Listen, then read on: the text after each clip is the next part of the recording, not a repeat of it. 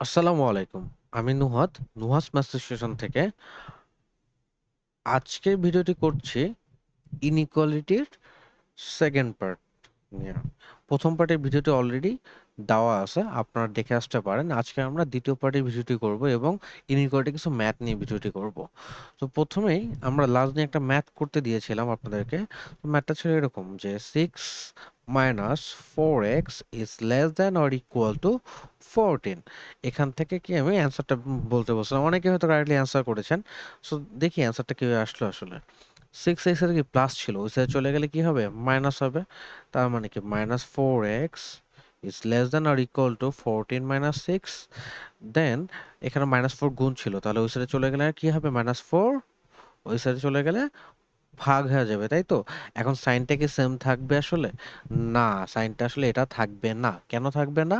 কারণ আমরা অলরেডি জানি, লাস্ট ভিডিওতে আমরা দেখেছিলাম যে ইনইকুয়ালিটি ক্ষেত্রে যখন নেগেটিভ কোনো সংখ্যা দিয়ে গুণ বা ভাগ হবে তখন সাইনটা চেঞ্জ হয়ে যাবে।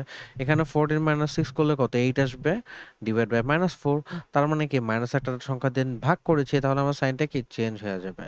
গ্রেটার দেন থেকে কি হয়ে যায়, লেস দেন, আর লেস দেন থাকলে গ্রেটার দেন হয়ে যায়। এখানে কি ছিল, লেস দেন, তাহলে এখানে কি হয়ে যাবে, গ্রেটার দেন আর ইকুয়াল হয়ে যাচ্ছে।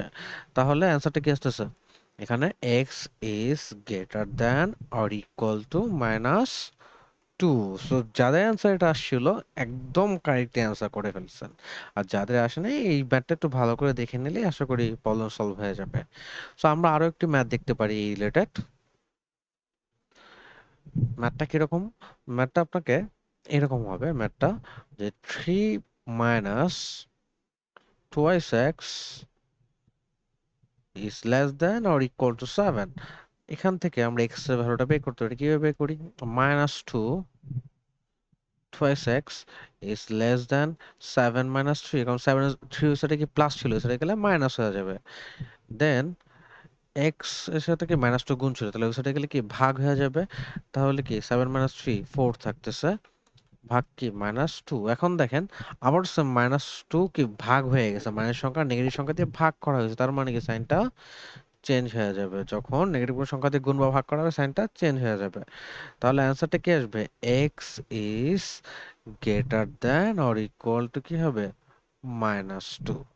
আশা করি আপনারা সকলেই ম্যাথটা বুঝতে পারছেন।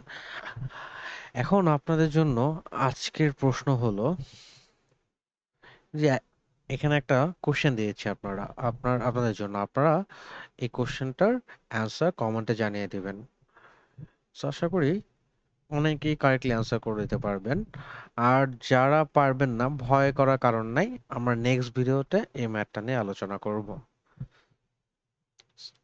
So thanks for watching. Stay safe. Stay with Nuas Math Station.